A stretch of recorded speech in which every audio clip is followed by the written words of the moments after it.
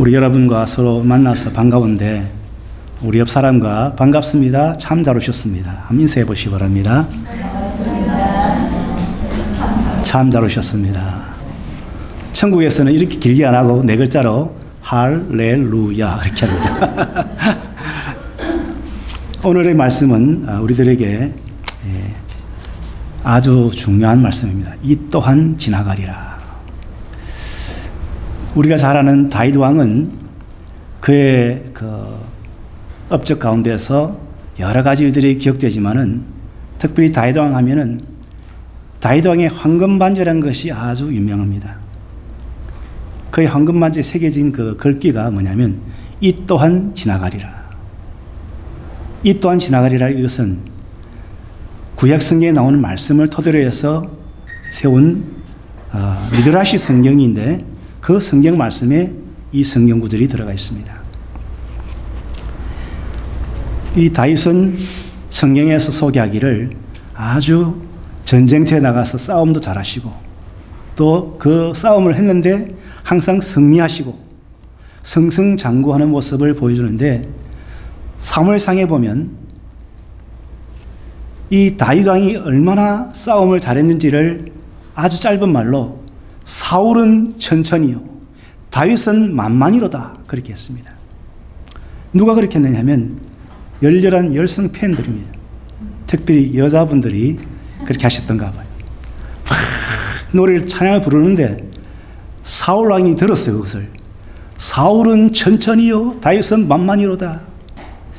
여러분이 칭찬 들을 때 천천히요까지는 참 좋았어요. 그 다음에 다윗은 하니까 귀가 쫑긋해지거든요. 저 내 말이 아닌데 사위에 대해서 말하고 있는 거예요. 다윗은 만만히로다. 그때부터 기분이 조금 나빠지기 시작했다는 것입니다. 그래서 일설이고요. 그 포커스는 뭐냐면 다윗 왕이 그만큼 싸움터에 나가서 전쟁할 때에 혼자서 10,000명을 무찔러 이길 수 있을 그만큼의 위력을 가진 장군이었다. 맹장이라는 것입니다. 그런데 이 다윗 왕에 있어서 고민이 있었습니다. 내가 전쟁터에 나가서 승리만 하는 것이 아니라 때로는 지기도 하는데 승리했을 때의 마음과 패배했을 때 그때의 마음을 다스릴 수 있는 경각심을 주는 하나의 지혜가 필요하다. 그래서 볼 때마다 잊지 않으려 하니까 늘 자기 몸에 붙어서야 보지 않겠어요. 몸에 붙어서 항상 볼 수 있는 게 뭡니까? 골드링을 만든다는 것이죠. 골드링을 만드는데 그 골드링을 볼 때마다 내가 승리할 때는 승리에 맞는 마음을, 패배할 때는 패배에 맞는 마음을 가질 수 있도록 경각심을 줄 수 있는 지혜가 필요하다. 고민한 끝에 금반지를 만드는 금세공사를 불렀습니다. 너가 나를 위해서 한 가지 좋은 일을 해봐라. 이 금반지를 만들어서 내가 볼 때마다 그것을 보고 내가 리마인드 할 수 있는, 깨달아 알 수 있는, 지혜를 줄 수 있는 아주 좋은 말을 써서 그렇게 해주면 좋겠다 그랬어요. 그런데 이 당시에 오늘 기록한 전도서의 말씀은 누가 기록했냐면 다윗의 아들인 솔로몬 왕이 기록한 말씀입니다. 이 솔로몬 왕은 우리가 알 때에 지혜의 왕으로 알고 있는데 이 영어에서는 어떻게 표현해요? 미스터 티처를 그렇게 해요. 가르치는 선생님이 너무 존경스러운데 티처만 해도 스승님인데 거기다가 한마디 더 붙여가지고 미스터 티처 선생님 아주 높은 그런 마음으로 부르는데 전도서 기사를 그렇게 부를 때 그렇게 불렀어요. 그런데 이 어느 날 이 금세공사가 고민을 한 끝에 솔로몬 왕에게 자기 고민을 토로했습니다. 내가 어떻게 하면 이 고민을 해결할 수 있을까요? 그때 준 말씀이 이 또한 지나가리라.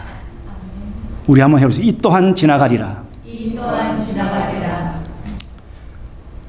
정말로 중요한 말씀인데 지난주에 저는 이 또한 지나가리라는 이 말씀을 준비하면서 슬픈 소식을 접했습니다. 어떤 슬픈 소식이냐면은 저를 가르쳤던 은사님이 돌아가셨다는 거예요. 소천하셨다는 것입니다. 그분만 생각하면은 딱 그분 모습과 목소리까지 기억이 되는데, 그 선생님이, 그 스승님이 돌아가셨다는 거예요.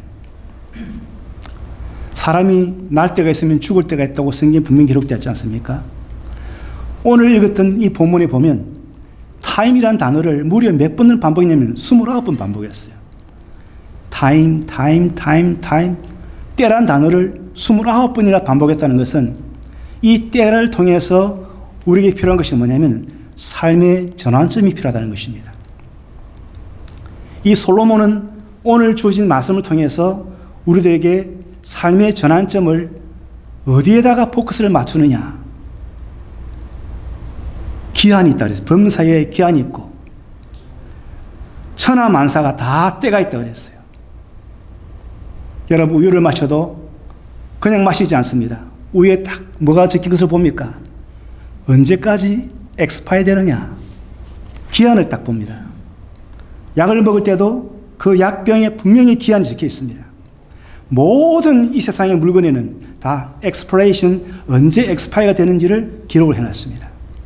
그런데 우리의 라이프에게도 그 엑스프레이션이 있다는 것을 기록한 말씀이 전도서 3장 1절 말씀에 처음부터 대전제를 했는데, 솔로몬은 어떻게 해서 이 지혜를 얻게 됐느냐 하면 선대왕인 다윗이 고민하는 것이 무엇인가를 가만히 보니까 그 당시에 상업을 열심히 하는 무역하는 사람들이 쓰는 아주 전문 용어가 있었는데 개인이란 말이에요. 개인.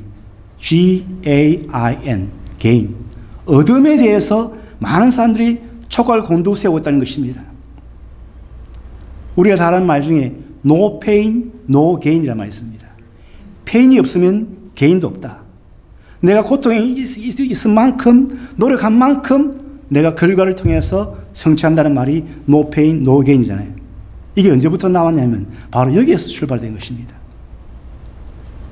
다윗 왕이 고민했던 그 개인에 대해서 가만히 생각하니까 무엇을 통해서 이 해결점을 찾을 것인가?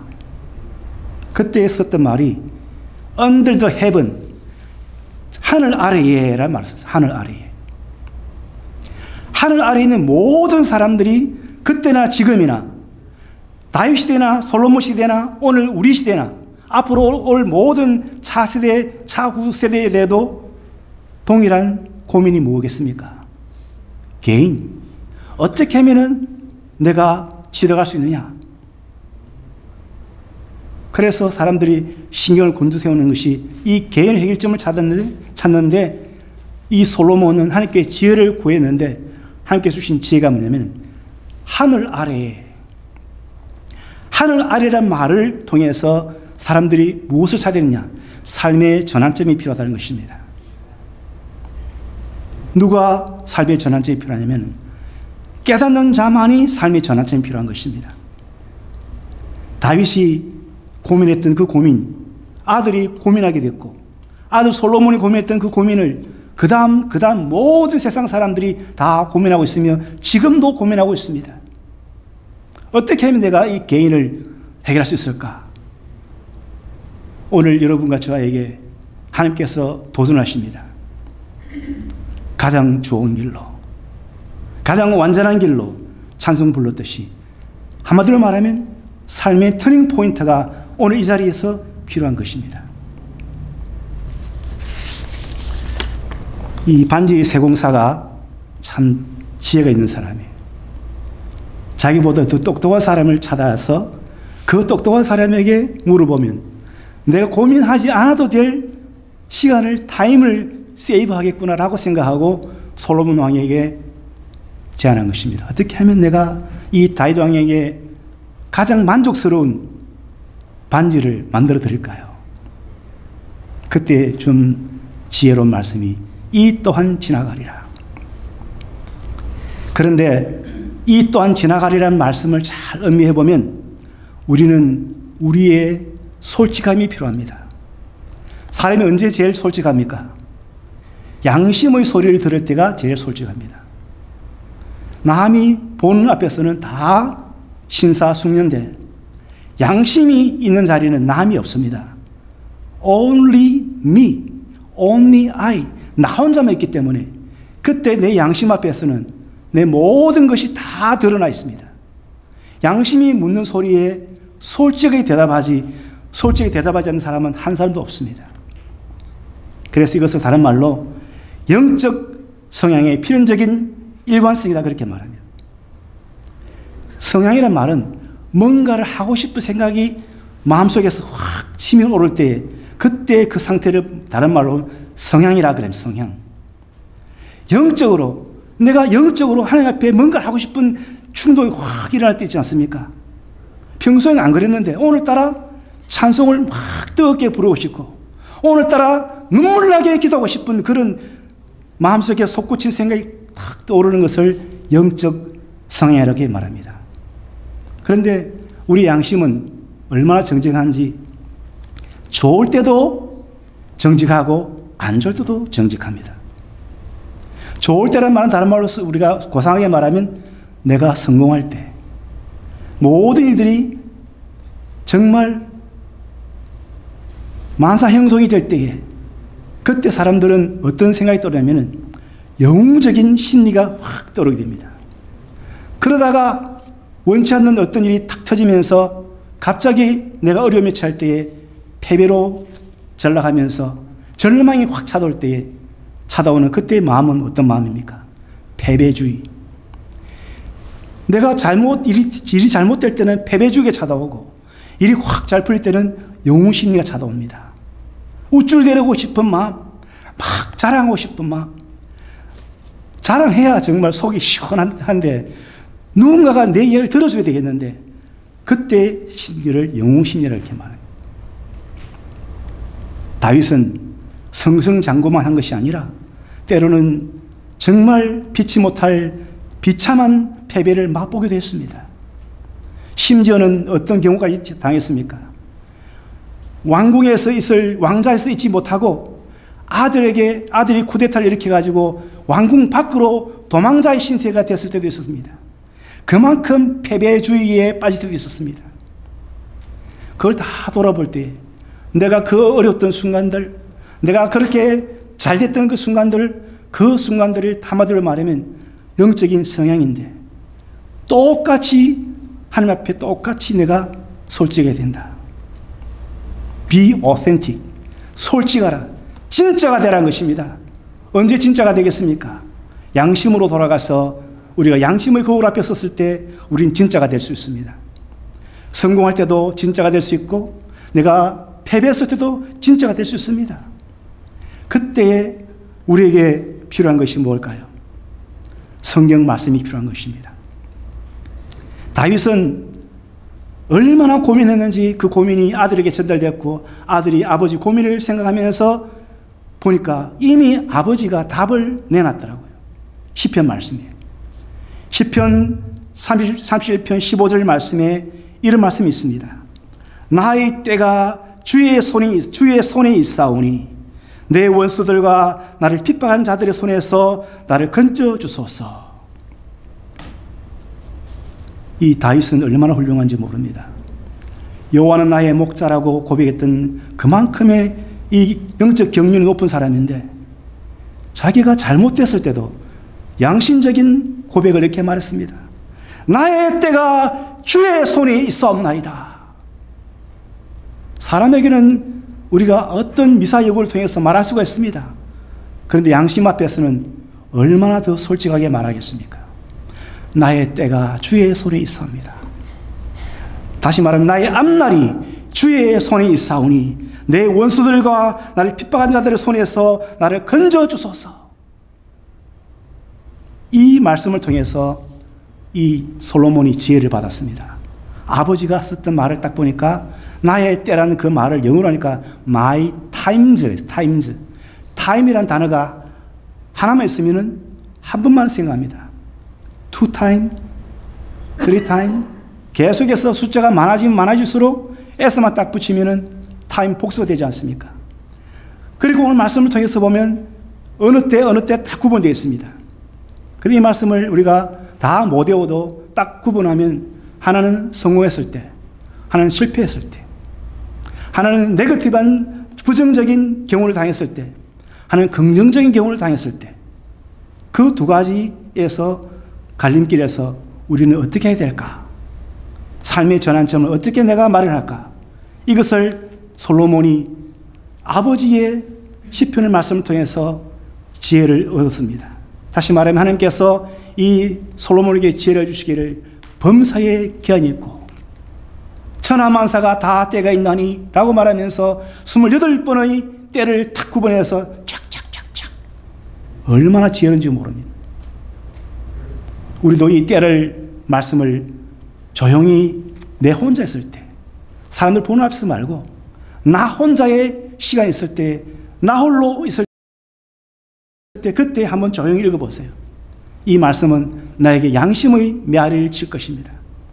너가 이럴 때, 너가 이럴 때, 이럴 때, 이럴 때, 이럴 때, 이럴 때.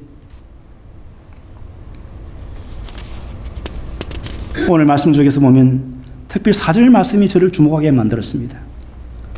우리 4절 말씀 같이 읽어봅시다. 4절 말씀만 시작. 울 때가 있고 웃을 때가 있으며 슬퍼할 때가 있고 춤출 때가 있으며. 우리가 늘 웃고 사는 것이 아니에요. 때로는 울 때도 있습니다. 그럼 항상 눈물만 흘릴까요? 웃을 날도 있다는 것입니다. 그래서 우리나라의 유명한 가수가 노래를 부른 유명한 그 노래 있는데 쨍하고 했던 날, 쨍하고 했던 날 돌아왔던 날, 그 참 쨍하고 했던 날 누가 제일 즐겨 부르냐면은 집에 있는 마우스가 그렇게 불렀어요. 구멍을 확 내가지고 나에게도 쨍하고 했던 날 온다고 그렇게 했는데 울 때만 있겠습니까? 웃을 때도 있습니다. 그리고 슬퍼할 때가 있으면 춤출 때가 있다. 전 저희 어머니가 춤출 때를 제가 춤추는 것을 보았어요. 언제 춤을 추시나 보니까 자식들이 잘 될 때, 자식들이 잘 되니까 막 춤을 추시더라고요. 어머니 사람들 보겠어요. 보든지 말든지 막 춤을 추시더라고요. 너무너무 기분이 좋으니까 자식들이 잘 되는 일이 너무 좋아가 춤을 추십니다. 최근에 우리나라의 KBS에서 과학자들이 연구를 했는데 우리 뇌에서 뇌파가 있대요. 뇌파가 있는데 부모가 자식을 생각할 때 나오는 뇌파, 자식들이 부모님을 생각할 때 나올 때 그 나오는 뇌파를 이렇게 조사를 했는데 실제로 보여줬대요. 그거를. 저는 본 적이 없지만 보여줬는데 자식이 두 종류가 있답니다. 잘 되는 자식이 있고 잘못되는 자식이 있대요. 잘 되는 자식만 부모님 좋아하는 것이 아니라 잘못된 자식에게도 부모 그만큼 마음을 쓴다는 것입니다. 뇌파를 막 찍으니까 잘 될 때면 뇌파가 확 아주 강렬하게 스트롱하게 막 뇌파가 일어나는 것을 보았대요.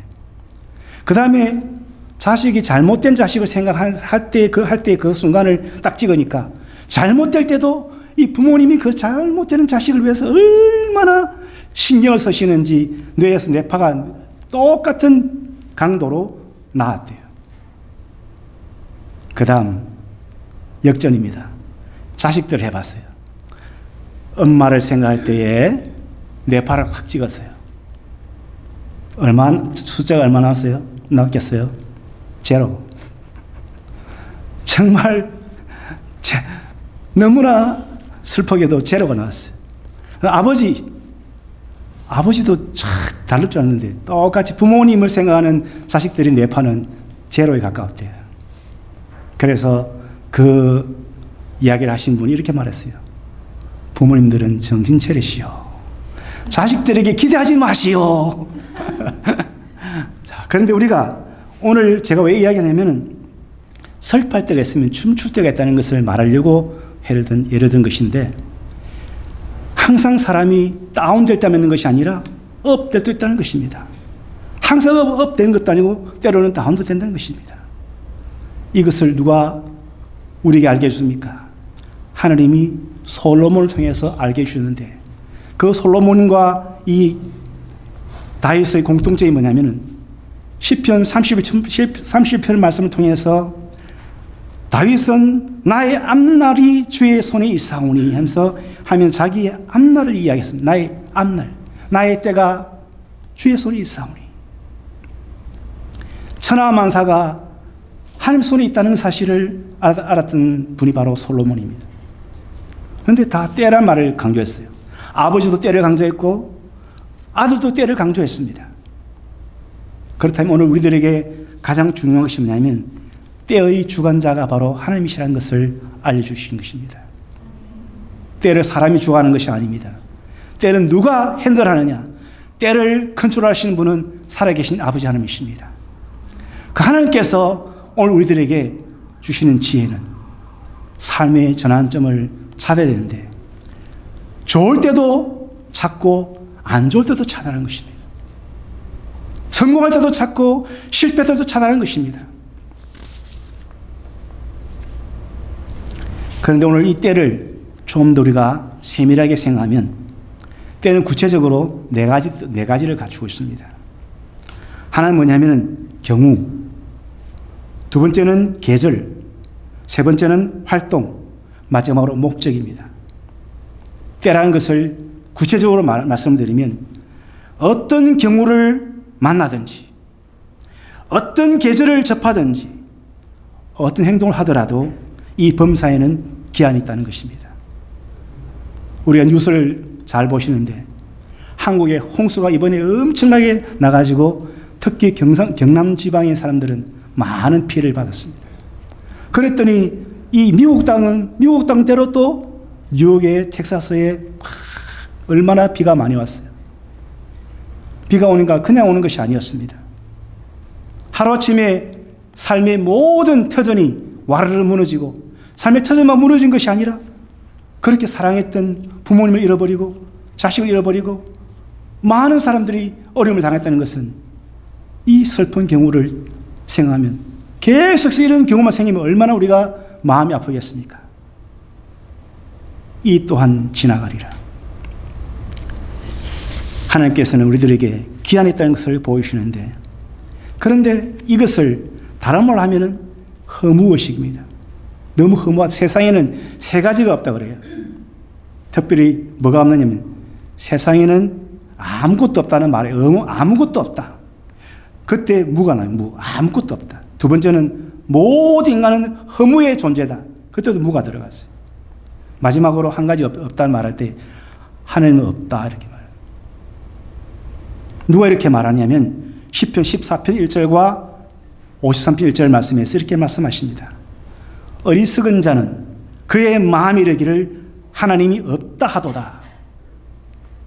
누가 하나님 없다고 말합니까? 어리석은 자. 그렇다면 로마서 3장 23절에 보면 이런 말씀이 있습니다. 모든 사람이 죄를 범하였음에 하나님의 영광에 이르지 못하더니. 구약에 나오는 시편의 말씀과 신약에 나오는 로마서의 말씀을 우리가 비추어 볼 때에 없다고 말한 허무의식에 빠진 사람들은 어떤 사람들인가? 다른 말 한마디로 말하면 죄인들입니다. 하나님이 없다고 말하는 사람은 죄인입니다. 어리석은 자가 무엇이 어리석으냐면 그 마음속에 죄를 통해서 하나님을 볼 수 없게 만드니까 하나님 없다고 말합니다. 성경에는 분명히 말씀하고 있습니다. 어리석은 자는 이르기를 하나님이 없다 하도다. 모든 사람이 죄를 범하였음에 하나님의 영광에 이르지 못하더니 죄가 하나님께로 가까이 가지 못하도록 가로막는다는 것입니다. 이것은 누구의 관계냐면 사탄 마귀의 관계입니다. 사탄 마귀가 덫을 딱 놨는데 어떤 덫을 놨냐면 절망의 덫을 놨다는 것입니다. 이 절망의 덫에서 빠져나올 수 있는 길이 있습니다. 오늘 천하만사가 다 때가 있다 할 때 이 때를 다른 말로 뭐라 했습니까? 목적이에요. 목적. 그럼 목적이 뭐가 목적이냐? 하나님이 목적이십니다. 예수님이 목적이십니다. 성령님이 목적이십니다. 하나님 말씀이 목적이십니다. 그래서 목적이 이끄는 삶을 사는 사람은 반드시 승리할 줄로 믿습니다. 목적이 이끄는 그리스도인은 반드시 승리하게 되어 있습니다. 우리 한번 해봅시다. 이 또한 지나가리라. 천하만사가 다 때가 있나니 천하만사가 다 목적이 있나니 할렐루야.